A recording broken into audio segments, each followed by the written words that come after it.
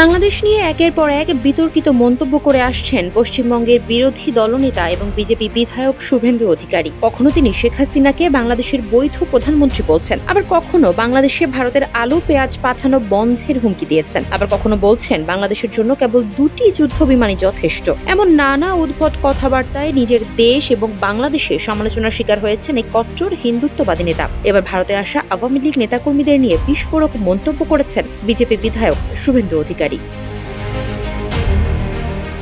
রোববার সন্ধ্যায় কলকাতার ভারতীয় জাদুঘরে এবিসি অডিটোরিয়ামে খোলা হাওয়া নামক সংগঠন আয়োজিত বাংলাদেশ ইন ক্রাইসিস শীর্ষক এক আলোচনা সভার সাইডলাইনে সাংবাদিকদের সামনে শুভেন্দু আওয়ামী লীগ নেতাকর্মীদের রাজনৈতিক আশ্রয় দেওয়া উচিত বলে মন্তব্য করেছেন। ভারতের কেন্দ্রীয় সরকার এবং রাজ্য সরকারের প্রতি দৃষ্টি আকর্ষণ করে এই বিজেপি নেতা বলেন, আমি একজন নাগরিক হিসেবে ভারতের প্রধানমন্ত্রী নরেন্দ্র মোদীর কাছে আবেদন জানাবো, আওয়ামী লীগের যেসব নেতাকর্মী সমর্থকরা প্রাণ বাঁচাতে ভারতে এসেছেন তাদের কারাগারে না পাঠিয়ে যেন রাজনৈতিক আশ্রয় দেওয়া হয়।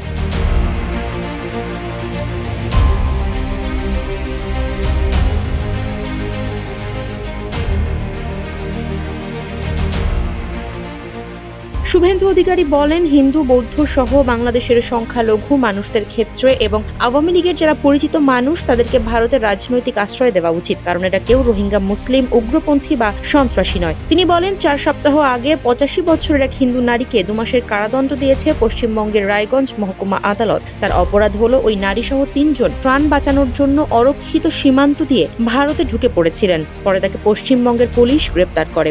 এছাড়া উত্তর দিনাজপুর জেলার কালিয়াগঞ্জের 6 জন, নদিয়া জেলার রানাঘাট সংলগ্ন এলাকা থেকে 51 জন, উত্তর 24 পরগনা জেলার খড়দহ পুলিশ ছাত্রলীগের 6 জনকে গ্রেপ্তার করেছিল। কিন্তু সকলের তো আর এই দেশে ঘুরে আবার অন্য দেশ যাওয়ার আর্থিক সক্ষমতা নেই।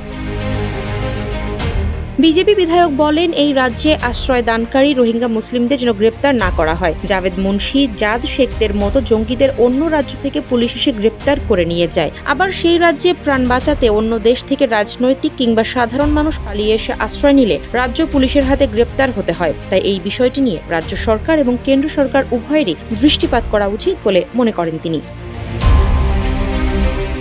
একই অনুষ্ঠানে উপস্থিত থেকে শুভেন্দুর বক্তব্যকে সমর্থন জানিয়ে সাবেক ভারতীয় হাইকমিশনার বিনা সিকরি বলেন, অতীতে বাংলাদেশ থেকে যেসব শরণার্থী ভারতে এসেছেন তাদের এদেশে আশ্রয় দেওয়া হয়েছে, সেভাবেই বর্তমানেও যদি একই রকম পরিস্থিতি হয় এবং ভারত সরকারের কাছে তারা আর্জি জানায় তবে সরকারের সহায়তা করা উচিত। আফসারা নাজ, নিউজ ডেস্ক, ইত্তেফাক।